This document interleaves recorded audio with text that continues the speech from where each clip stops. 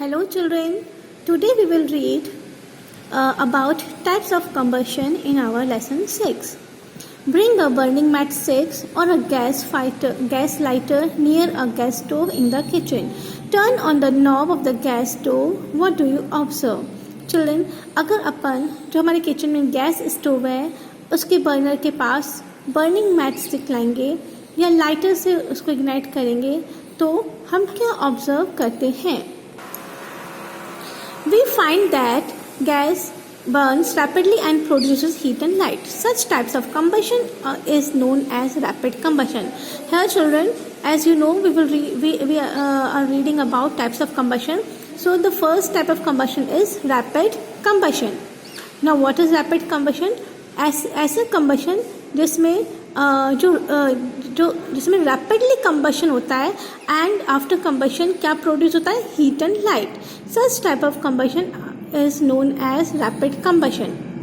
Okay, there are substances like phosphorus which burns in air at room temperature. The type of combustion in which a material suddenly bursts into flames without the application of any apparent cause is called spontaneous combustion. Children, कभी कभी बिना किसी cause के भी कोई substance room temperature पे fire catch कर लेता है.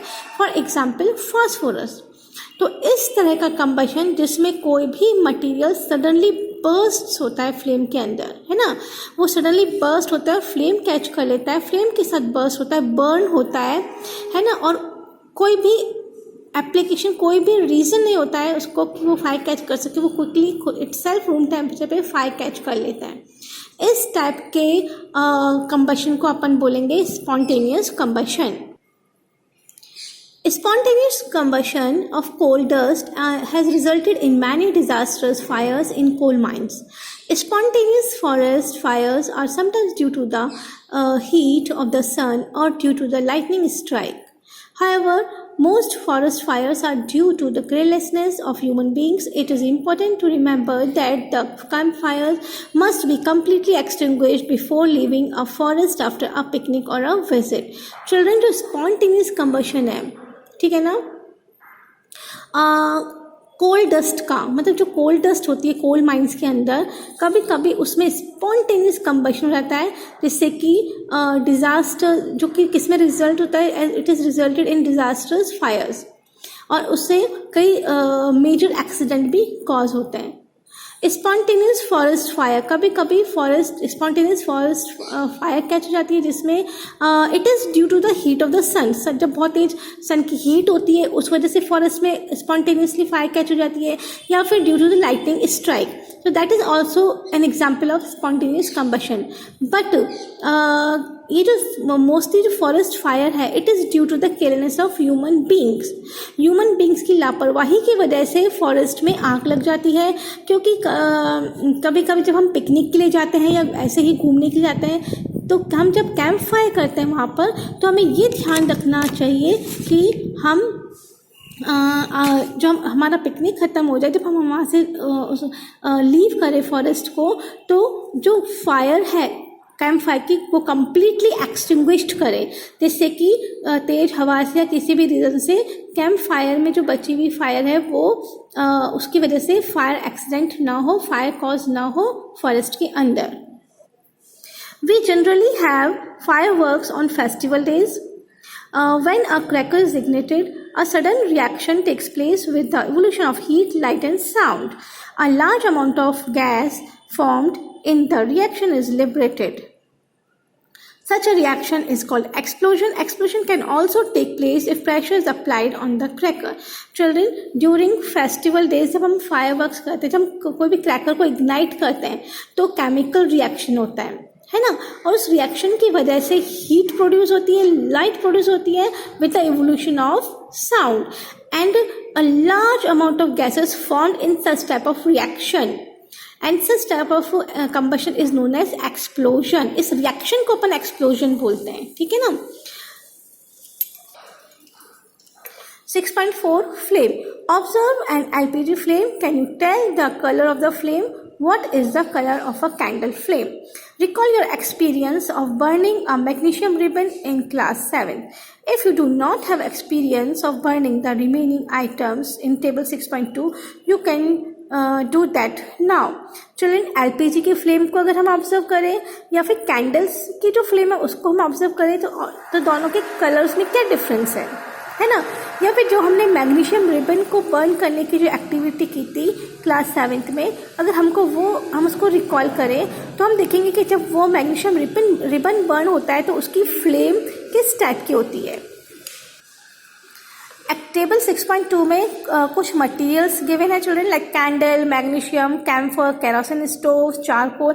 इन सबको अगर हम बर्न करेंगे तो we have to fill in this table that मतलब ये after burning these materials forms flames or does not form flames.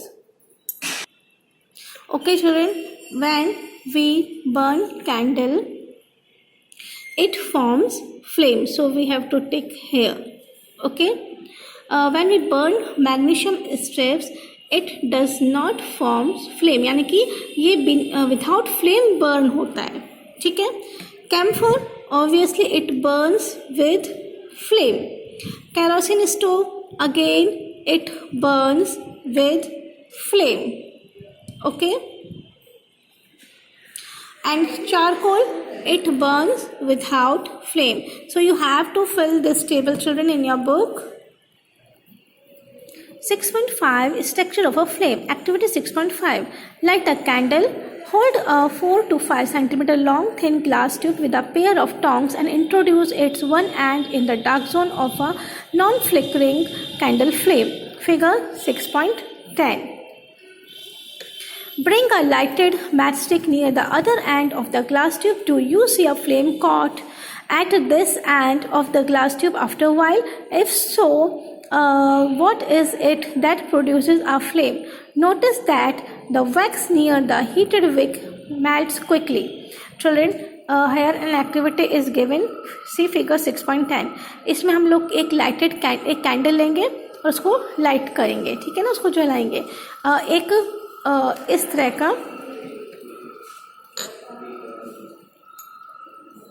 इस तरह का एक ग्लास ट्यूब लेंगे.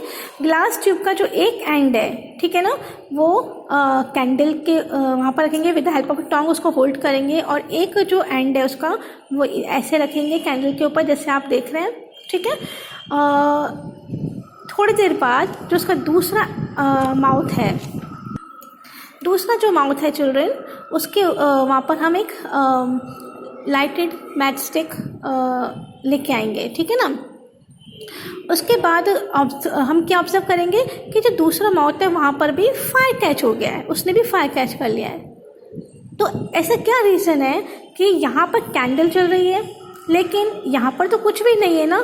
तो फिर ऐसे क्या चीज़ है जिस वजह से, ऐसा कौन सा रीज़न है जिस वजह से यहाँ भी फायर कैच हो जाता है? वो भी फायर कैच कर लेता है, दूसरा एंड भी फायर कैच कर लेता है. ठीक है. The substances which vaporizes during burning gives flame. Children, ऐसे सारे substances जो कि बर्न होने के बाद वेपराइज होता है, ड्यूरिंग बर्न होने के बाद वेपराइज होते हैं, वो सारे सब्सटेंस क्या देते हैं? फ्लेम्स देते हैं. ठीक है ना. जैसे कि केरोसिन ऑयल हो गया, मोल्टन वैक्स हो गया. ठीक है. जब इनको बर्न करेंगे तो they rise through the wick and are vaporized during burning and forms flame. तो kerosene oil, molten wax जब इनको burn करेंगे तो they get vaporized and gives flame. But charcoal on the other hand does not vaporize, so does not produce the flame. लेकिन जो charcoal है वो जब अपन उसको बर्न करेंगे तो वो वेपराइज नहीं होता है, and that is why it does not produce flame. In activity 6.5, could the vapors of the wax coming out of the glass tube be the cause of the flame produced? Children, activity 6.5 में जैसे कि हमने यहाँ पर देखा molten wax, यानी कि ऐसा वैक्स जो पिघलता हुआ वैक्स है, वो ड्यूरिंग बर्निंग प्रोसेस वो वेपराइज होता है. ठीक है ना. वेपराइज होगा तो इसके जो वेपर्स हैं, यहाँ पर ये बर्न हो रहा है तो इसके वेपर्स हैं, वेपर्स फॉर्म कर रहा है और वेपर्स यहाँ से होते यहाँ पर फोटो तो यहाँ तक पहुँच रहा है, और जैसे ही यहाँ पर उसको एक कॉज मिलेगा कि वो फायर कैच कर सके, वो वेपर्स क्विकली फायर कैच कर लेंगे। और इसी वजह से ये प्रूफ होता है कि मोल्टन वैक्स में ना फ्लेम बनती है, इट गिव्स फ्लेम्स, है ना, और वेपर इट वेपराइज, और यहाँ पर ये फायर कैच कर लेता है इस वजह से। When a candle flame is steady, introduce a clean glass plate slide into the luminous zone of the flame. Figure 6.11. Hold it there with a pair of tongs for about 10 seconds, then remove it. What do you observe? A circular blackish ring is formed on the glass plate slide. It indicates the deposition of unburnt carbon particles present in the luminous zone of the flame. Children look here, एक lighted candle है, उसके ऊपर हम एक इस तरह के glass slide को with the help of a tong उसको रखेंगे, ठीक है ना, थोड़ा सा ऊपर। 10 सेकेंड्स तक हम उसको इस तरीके से ही रखे रहने देंगे, ग्लास प्लेट और स्लाइड्स को, ठीक है। ध्यान रखना है कि the candle flame is steady, है ना। अब उसके बाद उसकी जो ये ल्यूमिनस जोन है, ल्यूमिनस जोन यानी कि जो ये उसकी जो लाइट है, फ्लेम है, इसकी जो जोन है जो लूमिनस है, जो फ्लेम दे रही है ना, उसके ऊपर जो लाइटेड है, ठीक है, उसके ऊपर हम आफ्टर 10 सेकेंड जब इसको रिमूव करेंगे, इसको रखने के बाद, तो हम देखेंगे कि इस तरह का ब्लैक पैच बना हुआ है इन द सर्कुलर फॉर्म, ठीक है। तो ये ब्लैक पैचेस कैसे इस पर बन गया, ये सर्कुलर फॉर्म में जो डार्क ब्लैक कलर का पैच बना हुआ है, इसका क्या रीज़न है। चलो, ये जो लूमिनस जोन है इसमें कार्बन पार्टिकल्स प्रेजेंट होते हैं, क्लियर। और जब जैसे ही हम इसको ग्लास प्लेट को इसके ऊपर रखेंगे 10 सेकेंड्स तक या कुछ देर तक, तो ये जो कार्बन पार्टिकल्स हैं ये इसके ऊपर डिपॉजिट हो जाते हैं।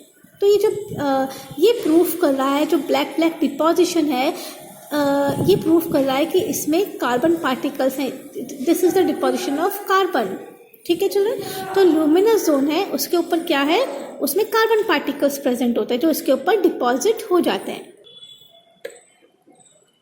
Hold a thin long copper wire just inside the non-luminous zone of flame for about 30 seconds. Figure 6.12. Notice that the portion of the copper wire just outside the flame gets red hot. Does it indicate that the non-luminous zone of the flame has a high temperature? In fact, this part of the flame is the hottest part. Figure 6.13. Goldsmiths blow the outermost zone of a flame with a metallic blow pipe for melting gold and silver. Figure 6.14. Why do they use the outermost zone of the flame? Children, look here. Figure 6.12. Here हमने क्या लिया है, एक lighted candle ली है, with the help of a tong एक copper का wire लिया है और उसको होल्ड करके उसका एक एंड इसकी लूमिनस फ्लेम पर रखेंगे। जो इसकी फ्लेम की लूमिनस जोन है उस पर हम क्या करेंगे, इसको होल्ड करके इसका एक एंड कॉपर वायर का इस पर रखेंगे थोड़ी देर के लिए। After some time what we will observe कि ये जो वायर है, इसका ये जो एंड है ना, वो रेड हो गया है, ठीक है। ओके चिल्ड्रन, जो इस फ्लेम के पास वाला जो वायर है, आप नोट करना, इट गेट्स रेड हॉट। तो क्या हम ये समझें कि ये जो पार्ट है, इसका आउटर मोस्ट पार्ट जो लूमिनस पार्ट है, it is the hottest part. क्या यहाँ पर जो फ्लेम में जो भी टेम्परेचर है, यहाँ पर जो टेम्परेचर वो सबसे ज़्यादा हाई टेम्परेचर है इस फ्लेम के दूसरे पार्ट के अलावा। सेम वे चिल्ड्रन, जो गोल्ड स्मिथ है वो भी सिल्वर या गोल्ड को मेल्ट करने के लिए या हीट करने के लिए वो भी फ्लेम का लूमिनस पार्ट यानी कि जो आउटर मोस्ट जोन है वो ही यूज में लेता है।